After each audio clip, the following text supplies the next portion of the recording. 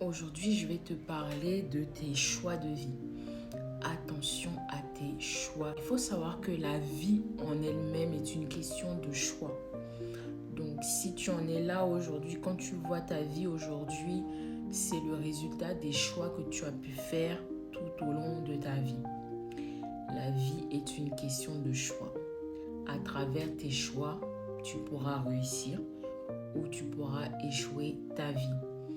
Donc, je vais te parler de trois choix essentiels. Il y a plusieurs choix dans la vie, mais trois choix essentiels qui t'aideront à avoir une meilleure vie. Donc, le premier choix, c'est le choix de tes adorations. Fais attention à tes adorations. Quand je parle d'adoration, je parle de tes croyances.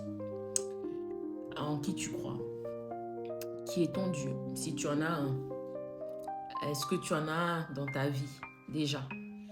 Donc le premier choix de vie, c'est de croire en Dieu. La Bible dit tu adoreras Dieu seul.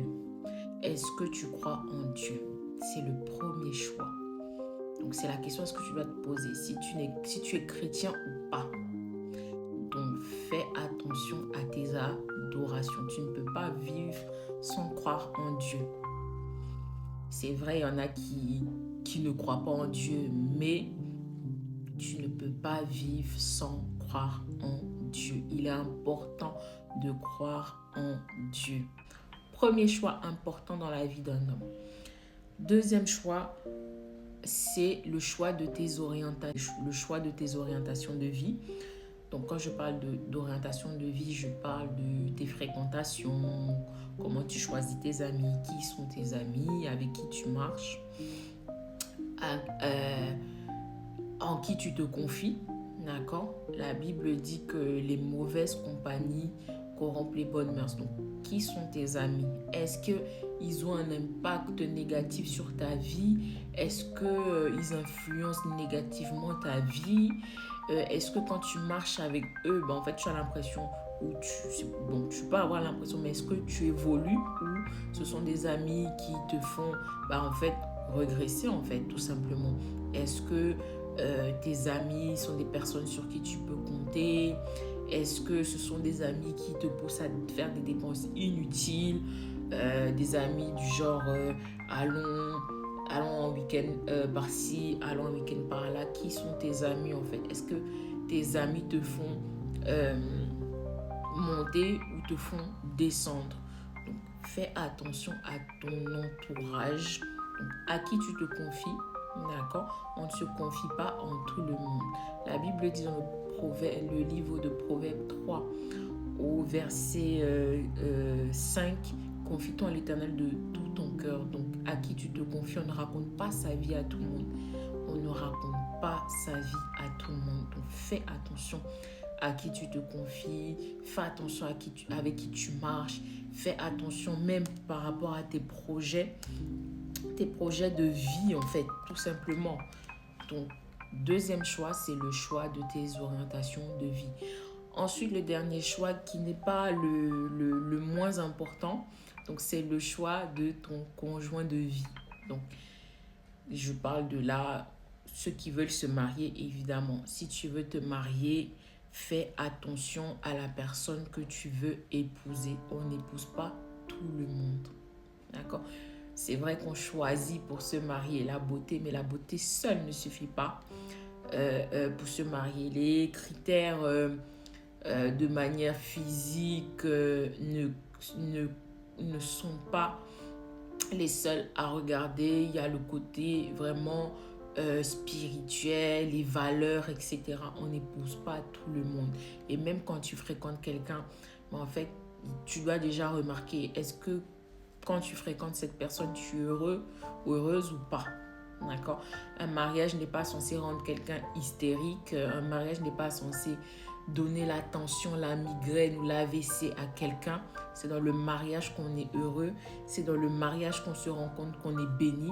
La Bible dit que celui qui a trouvé une femme a trouvé le bonheur. Logiquement, dans ton mariage, tu es censé vivre le bonheur. Donc, fais attention quand tu voudras te marier.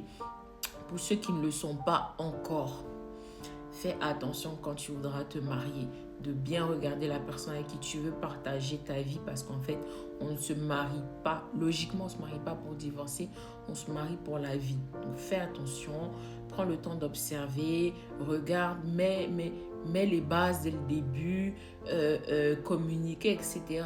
Donc, faites bien attention quand vous voulez vous marier. Vous n'êtes pas en compétition avec quelqu'un. On n'est pas pressé, on n'est pas pressé, on ne veut pas être sous pression par rapport à la société ou la famille, etc. Oh, tel est marié, pourquoi tu n'es pas marié, ou bien l'âge avance, etc. Non, ne vous mettez pas ce genre de stress, sinon vous allez épouser de mauvaises personnes. Donc, prenez le temps de vous observer, même si ça prend 1 ou 2 ans. Prenez vraiment le temps de vous observer et de regarder si vous avez les mêmes valeurs. Le mariage est un choix de vie. Le mariage est un choix. Un mariage peut détruire ta vie complètement. On a vu des gens lors de leur divorce qui ont été complètement détruits. Donc, faites attention avec qui vous voulez partager vos vies. Prenez le temps de vous observer mutuellement. Donc, 3 choix essentiels, je vais les résumer. Premier, le choix de tes adorations, en qui tu crois. Deuxièmement, le choix de tes orientations de vie, donc avec qui tu marches, en qui tu te confies.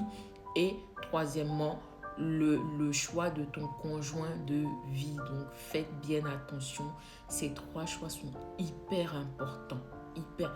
Il est bien vrai qu'il y a d'autres choix dans la vie d'un homme, mais ceux-là sont la base d'une vie, d'une meilleure vie en tout cas. Parce que si tu as bien choisi ton entourage, si tu choisis bien ton entourage, si tu fais attention à ceux qui t'entourent, à ceux à qui tu te confies, et si tu as épousé le bon partenaire de vie, tu peux être sûr que là, tu as déjà une vie, tu auras déjà une meilleure vie. Après, bien évidemment, il y a d'autres choix que tu feras dans la vie, mais je voulais partager 3 choix essentiels vraiment à avoir, en tout cas cette année 2026. Si ce n'est pas le cas, revois tes choix. Je prie qu'à partir de maintenant, tu puisses faire attention à tes choix de vie. Sois béni.